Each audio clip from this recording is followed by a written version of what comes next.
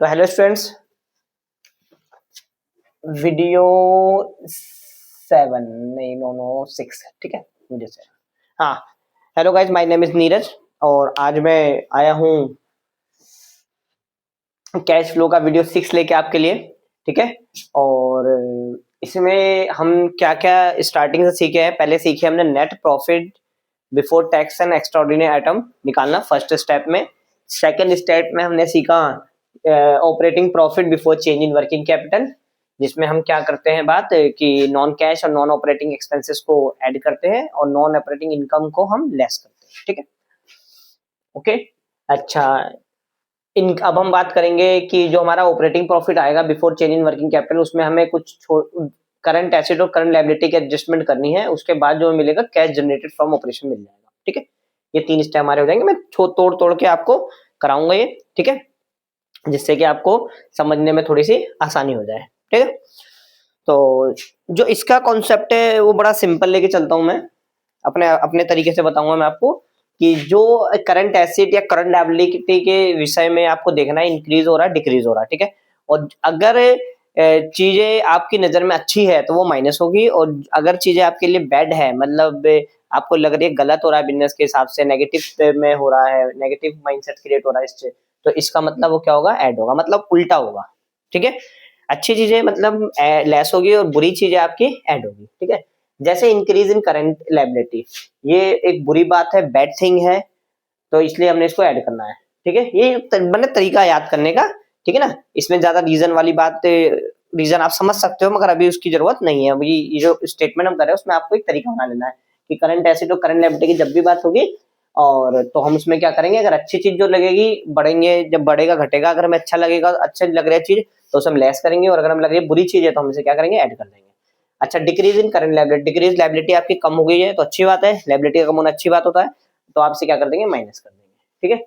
और increase in current asset, ये भी अच्छी बात होती है, इसको भी हमने माइनस कर दिया है, ठीक है। बस छोटा सा एडजस्टमेंट है, इसको करने के बाद आ जाएगा कैश जनरेटेड फ्रॉम ऑपरेशन, ठीक है। आइए मैं इस चीज को ना थोड़ा वर्डिंग में लिखवा देता हूँ। Change in working capital, change in working capital, working capital, इसे आप नोट करेंगे थोड़ा सा।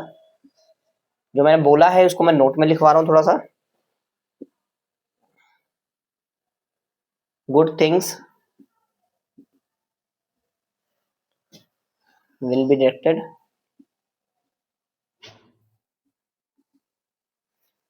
जैसे कि एग्जांपल है इंक्रीज इन करंट एसेट,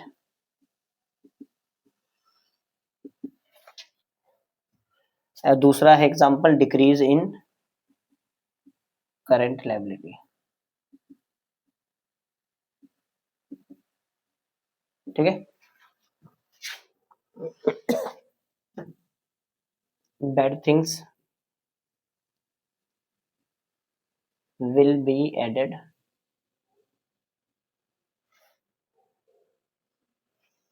इसमें आ जाएगा एग्जांपल है डिक्रीज इन करंट एसेट और इंक्रीज इन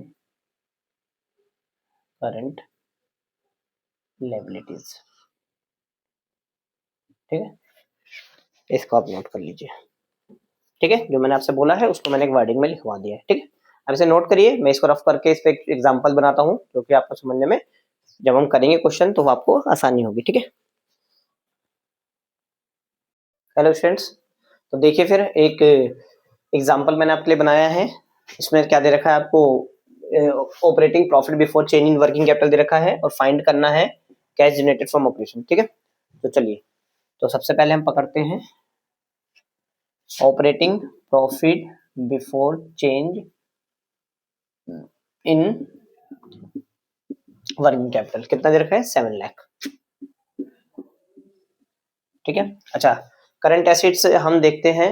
अच्छा, ये 19,000 है, 19,000 है, ठीक है। 12,000 से 28,000 हो गए आपके डेटर, तो ये तो अच्छी बात है, 28,000 बढ़ गए हैं तो अच्छी बात है, तो आप माइनस करेंगे, लेस, ठीक है। इंक्रीज इन डेटर कितना हो गया आपका 28,000। ओके, क्रेडिटर्स की बात करें, ये 65 से 32 हो गया है, 65 माइनस 22 हो गया है, तो 3 और 43,000 माइनस हुआ है, कम हुआ है। कम होना क्या चीज है, ये अच्छी बात है, अच्छी बात है, तो लेस हो गया ये भी। क्रेडिटर्स का कम होना अच्छी बात है। डिक्रीज इन क्रेडिटर्स, ठीक है, ये हो गया आपका 43,000। बिल रिसीवेबल 20 से 20 से 90 हो गया है। बिल रिसीवेबल का मतलब आपका क्या है कि एसेट एक तरह का करंट एसेट है, और ये आपका अगर बड़ा है तो अच्छी बात है, और अच्छी चीज है तो माइनस होगी ये भी। मैं इसको ऊपर लिख देता हूँ क्योंकि जगह मेरे पास कम है, उससे कोई फर्क तो पड़ना नहीं वैसे। तो अभी तक सारे माइनस वाले आए हैं।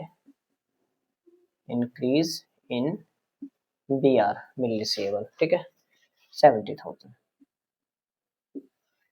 ठीक है। आगे है आउटस्टैंडिंग रेंट, जो कि करंट लायबिलिटी होती है, ठीक है ना।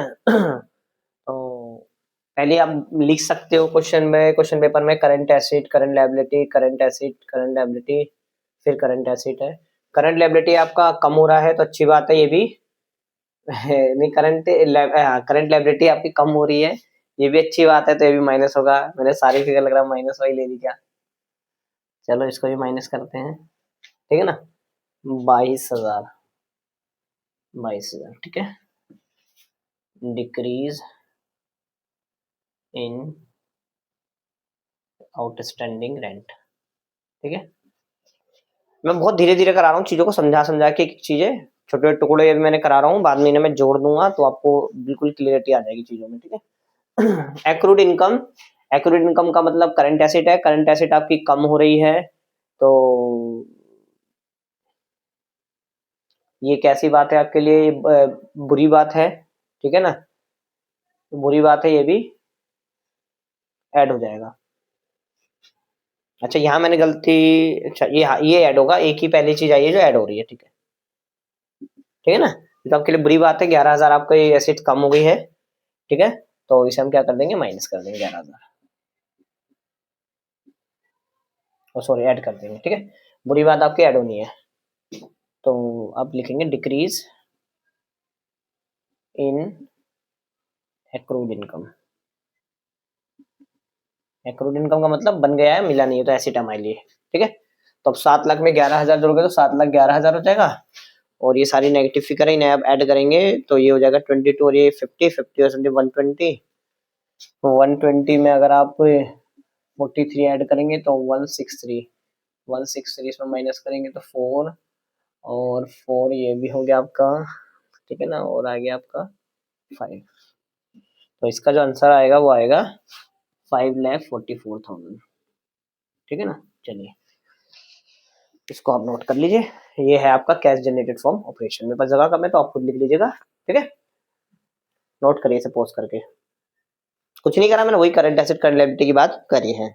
इसमें ना देखिए दो चीजों में ना कंफ्यूजन होगा, बच्चा कहेगा सर प्रोविजन फॉर बैड डेप्ट भी एक, प्रोविजन फॉर बैड डेप्ट एक तरह का क्या नाम है करंट लायबिलिटी है, तो इसके बारे में चर्चा करूंगा। और क्या नाम है बैंक ओवरड्राफ्ट, वो भी एक तरह की करंट लायबिलिटी होती है, तो इन दोनों पे मैं बात करूंगा नेक्स्ट वीडियो में आपसे, ठीक है। अभी तो मैंने बस आपको ये इसलिए करवाया ताकि आपको चीजें लर्न हो जाए ठीक से, दिमाग में जब तक चीजें लर्न नहीं होंगी तब तक बात नहीं बनेगी, ठीक है ना। एक एग्जांपल मैं और लिख रहा हूँ आपके लिए अभी, इसे आप करिएगा घर पे, ठीक है। डिजिट बदल दे रहा हूँ, पूरा क्वेश्चन नहीं रहेगा। 8,20,000 है, 40,000 है, 32,000, 70,000, 95,000, 1,20,000, ठीक है।